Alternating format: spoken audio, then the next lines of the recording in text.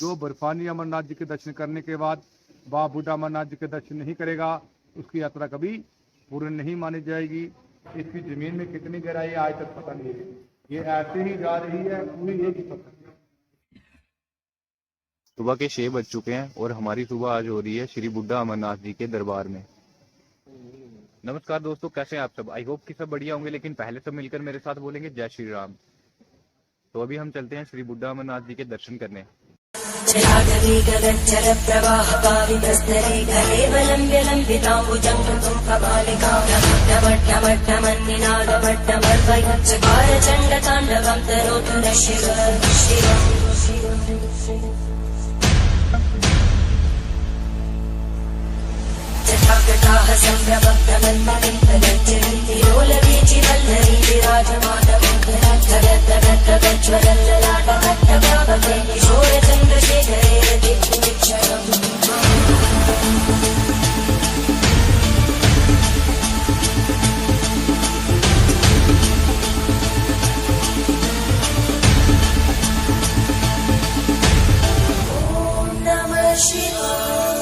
तो ये हमारे यहाँ के पुजारी जी हैं, इनसे थोड़ी सी अमर कथा जानेंगे अभी हम। तो पुजारी जी थोड़ा बताएंगे आप यहाँ के मंदिर के बारे में। बाबा बूढ़ा अमरनाथ की जय। ओम त्र्यंबकं यजामहे सुगंधिं पुष्टिवर्धनम् उर्वारुकं मृत्युः मोक्षे मामृतात्। सबसे पहले जो है आपका श्री बाबा बूढ़ा अमरनाथ जी में हार्दिक स्वागत है। थोड़ा सा लोग आपके चैनल में जो है आए हैं, यहाँ पर आपके चैनल के माध्यम से जो है पूरे संसार में जितने भी प्राणी हैं, हमारे जितने भी भोलेनाथ जी के भगत हैं, वो सब जो है आपके चैनल के माध्यम से बाबा बूढ़ा अमरनाथ जी के जो है दर्शन करेंगे। जी जी। ये स्थान जो है हम चलते हैं, जो यहाँ की कथा है कि यहाँ पर भोले बाबा जी कैसे आए, बाबा बूढ़ा अमरनाथ जी कैसे विराजमान हुए।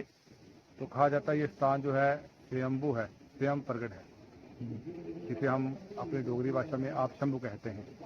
ये स्थान जो है स्वयंभू आप शंभू है। स्वयंभू और आप शंभू क्या होता है कि जो स्थान खुद प्रकट हो, जो किसी के द्वारा बनाया गया ना हो, जहाँ भगवान अपने स्वयं खुद प्रकट अपनी मर्जी से प्रकट हो।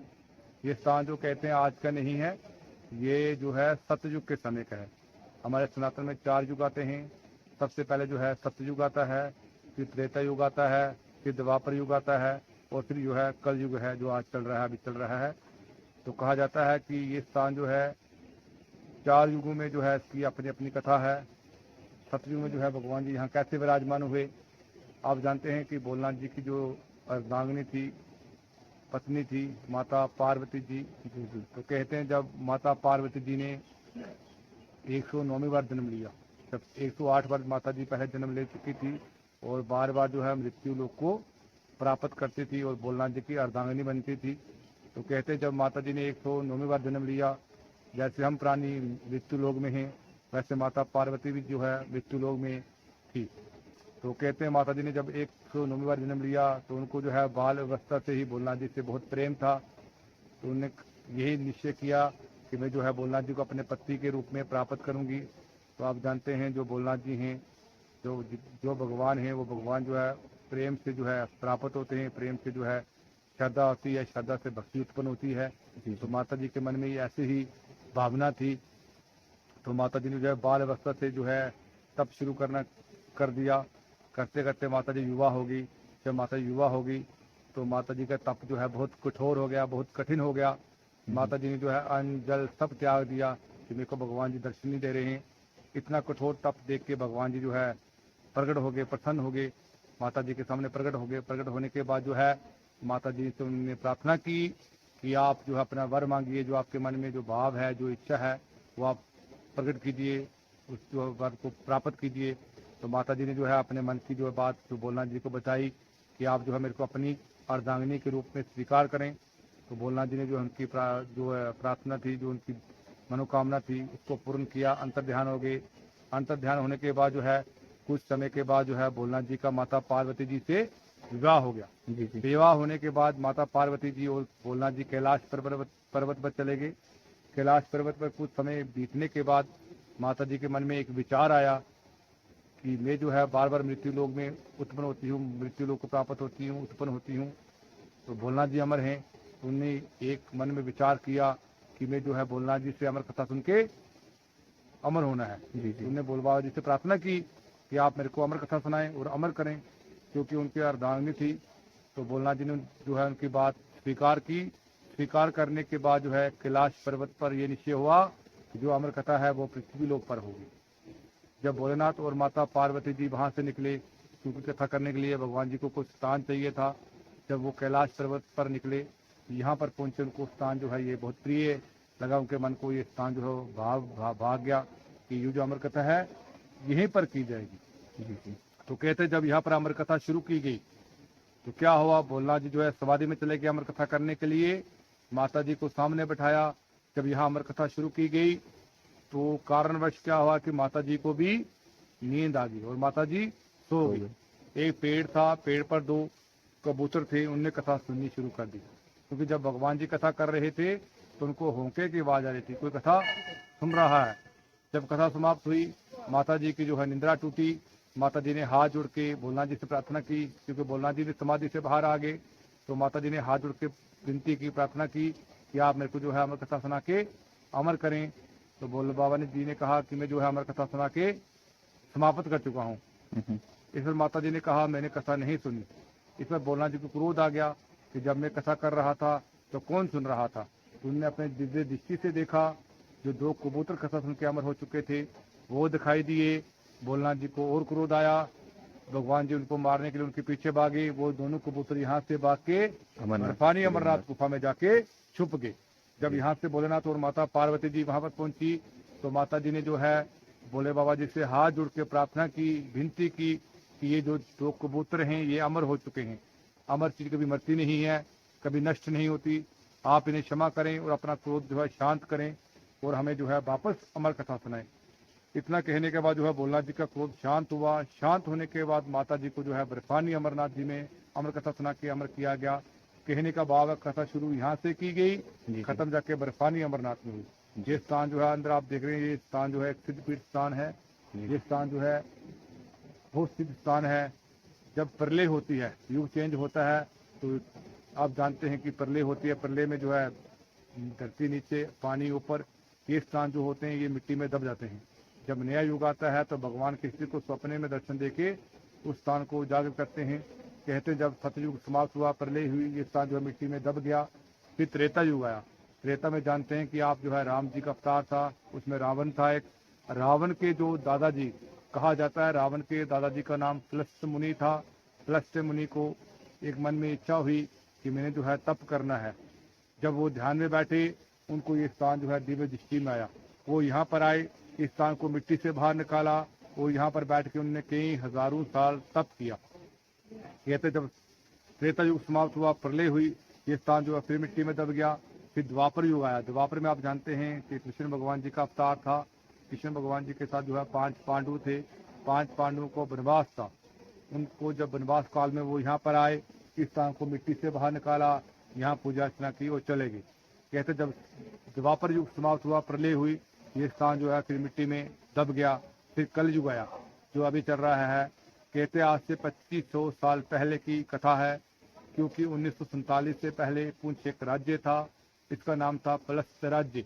ये जो है रावण के दादाजी की बसाई हुई नगरी थी। जब 1947 में बंटवारा हुआ, पलस्त राज्य के कुछ हिस्से जो है पाकिस्तान ने ले लिए और एक हिस्सा हमारे पास बचा। तो कुछ कारणवश इसका जो है नाम चेंज कर दिया गया, इसको पलस्त से पुंछ बना दिया गया।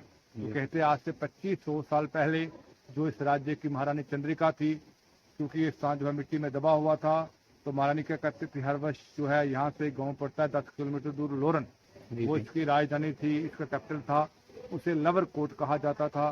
तो महारानी क्या करती थी, हर वर्ष वहाँ से सावन के महीने में जो है बर्फानी अमरनाथ जी के लिए यात्रा करती थी। तो कहते एक वर्ष क्या हुआ कि सावन के महीने में जो है मौसम खराब हो गया, बर्फबारी पड़ गई, महारानी वहां दर्शन के लिए नहीं पहुंच पाई। महारानी जो थी भोलेनाथ जी की बहुत बड़ी भक्तानी थी, उसे भोलेनाथ जी से बहुत प्रेम था। तो महारानी ने सोचा मुझसे कोई गलती हो गई है या मुझसे कोई त्रुटि रह गई है, जो इस वर्ष जो है भोलेनाथ जी ने मेरे को अपने दर्शन के लिए नहीं बुलाया। तो रानी ने क्या किया, हट योग, खाना पीना सब त्याग दिया, क्योंकि उसको भगवान से बहुत प्रेम था। तो आप जानते हैं जिसको प्रेम हो वो चीज आदमी को ना मिले, आदमी सोचता है मैं मृत्यु लोक को प्राप्त कर दूं तो अच्छा होगा। तो रानी की ये स्थिति हो गई। रानी ने जो है अन्न जल त्याग दिया, कुछ समय बीतने के बाद आप जानते हो जो अन्न जल ग्रहण नहीं करता, कुछ समय बीतने के बाद रानी की स्थिति ये हो गई कि रानी का चलना बैठना जो है बहुत मुश्किल हो गया। रानी का जो शरीर था वो कमजोर हो गया। तो कहते हैं कुछ समय बीता तो रानी को स्वप्न आया। स्वप्न में महादेव एक बूढ़े महात्मा का रूप धारण किए हुए रानी को दर्शन देते हैं और रानी से बात करते हैं कि आपको क्या परेशानी है, आप जो है अन्न जल क्यों नहीं ग्रहण कर रहे। तो रानी जो है सारी कथा बताती है। तो महात्मा जी कहते हैं आपको कहीं जाने की जरूरत नहीं है, आपको आपके ही राज्य में दर्शन होंगे। इस पर रानी का स्वप्न टूटता है। सुबह होती है तो रानी सोचती है ऐसे कुछ सपना आया होगा। सुबह सुबह वही भोले बाबा उसी बूढ़े महात्मा के रूप में जो है रानी के महल में प्रकट हो जाते हैं। प्रकट होने के बाद जो है भिक्षा के लिए आवाज लगाते हैं। जब भिक्षा के लिए आवाज लगाते हैं तो रानी की दासियां भिक्षा लेके आती हैं। तो महात्मा जी मना कर देते हैं कि भिक्षा जो है मैं रानी के हाथ से लूंगा, किसी और के हाथ से नहीं लूंगा। जो दासियां होती हैं वो झगड़ा शुरू कर देती हैं कि रानी बीमार है, चल नहीं सकती, बैठ नहीं सकती, आपको भिक्षा कैसे देगी। तो महात्मा जी कहते हैं आप जाके रानी को मेरा संदेश दीजिए। एक दासी जो है उनकी बात स्वीकार करती है। स्वीकार करने के बाद जब वो कक्ष के अंदर प्रवेश करती है, प्रवेश करने के बाद जब रानी को संदेश देती है, उस संदेश में इतनी शक्ति होती है, उस संदेश में इतनी पावर होती है कि जो साक्षात भोलेनाथ जी का संदेश होता है। जब रानी को संदेश मिलता है तो भोलेनाथ जी के जो है प्रभाव से रानी के शरीर में जान आती है, उठती है और चलना शुरू कर देती है। पारा के क्या देखती है वही महात्मा जी जो स्वप्न में थे। प्रणाम करती है। प्रणाम करने के बाद महात्मा जी से प्रार्थना करती है कि आपको जो है हमको स्थान बताइए। फिर वहाँ 10 किलोमीटर दूर जो है रानी की पालकी तैयार की जाती है। पालकी में महारानी को बैठाया जाता है, सैनिकों को साथ लिया जाता है। वहाँ से जो है महात्मा जी को साथ लिया जाता है। वहाँ से कीर्तन भजन करते करते यहाँ पहुँचते हैं। जब यहाँ पहुँचते हैं ये स्थान जो है लेवल पर मिट्टी में दबा होता है। जो महात्मा जी होते हैं इस स्थान को जो अंदर देख रहे हैं उसको मार्क करते हैं। मार्क करने के बाद सैनिकों को कहते हैं जगह खोदिए। जगह खोदने के बाद एक अंदर पालकी है, वो भी स्वयंभू है, वही एक पत्थर की है। पहले वो निकलती है। वो निकलने के बाद जो है भगवान जी अंदर बूढ़े के रूप में विराजमान हैं। वो निकलते हैं। वो निकलने के बाद जो है सफाई की जाती है। सफाई करने के बाद महात्मा जी जो है रानी को अंदर ले जाते हैं और अपने हाथ से जो है पूजा अर्चना अभिषेक करवाते हैं। जब पूजा अर्चना समाप्त होती है वो रानी को वर देते हैं। क्या वर देते हैं कि जो कोई बूढ़ा है, बीमार है, किसी कारणवश अपने जीवन काल में जो है बर्फानी अमरनाथ जी के दर्शन नहीं कर पाएगा, वह बूढ़ा अमरनाथ जी के दर्शन करेगा, उसकी यात्रा पूर्ण मानी जाएगी। और जो है जो बर्फानी अमरनाथ जी के दर्शन करने के बाद वह बूढ़ा अमरनाथ जी के दर्शन नहीं करेगा, उसकी यात्रा कभी पूर्ण नहीं मानी जाएगी। और जो भोलेनाथ बूढ़े महात्मा के रूप में होते हैं, जो अंदर आप भगवान जी देख रहे हो स्वयंभू, उसमें जो है अंतर ध्यान हो जाते हैं, उसमें जो है गायब हो जाते हैं। तब रानी को ज्ञात होता है कि भोलेनाथ जी जो है ये बाप भोलेनाथ जी थे, ये बूढ़े महात्मा के रूप में थे। तब रानी उनसे हाथ जोड़ के प्रार्थना करती है कि हे प्रभु, आपने जो है मेरे को कलयुग में एक बूढ़े महात्मा के रूप में दर्शन दिया है, इसलिए कलयुग में जो है आपका नाम बूढ़ा अमरनाथ जी होगा, इसलिए इनको बूढ़ा अमरनाथ जी कहा जाता है। बोलो श्री बाबा बूढ़ा अमरनाथ की जय। मंदिर के पीछे एक नदी बहती है, कहा जाता है उस नदी का नाम जो है प्लस गंगा है। मंदिर के एक सामने गौरी कुंड है, वो जल जो है बर्फानी अमरनाथ जी से आता है। यहाँ भगवान के चरणों को छूता है तो वहाँ से बाहर निकलता है। उस जल की सबसे बड़ी खूबी जो है क्या है कि वो कभी खराब नहीं होगा। जैसे गंगा मैया का जल होता है वैसे ही वो जल है। उसे आप घर में ले जाएं, 10 साल 20 साल रखें, जैसा आज है वैसा ही रहेगा, उसमें कोई कीड़ा जाला नहीं पड़ेगा। मैं आपको अंदर बताता हूँ।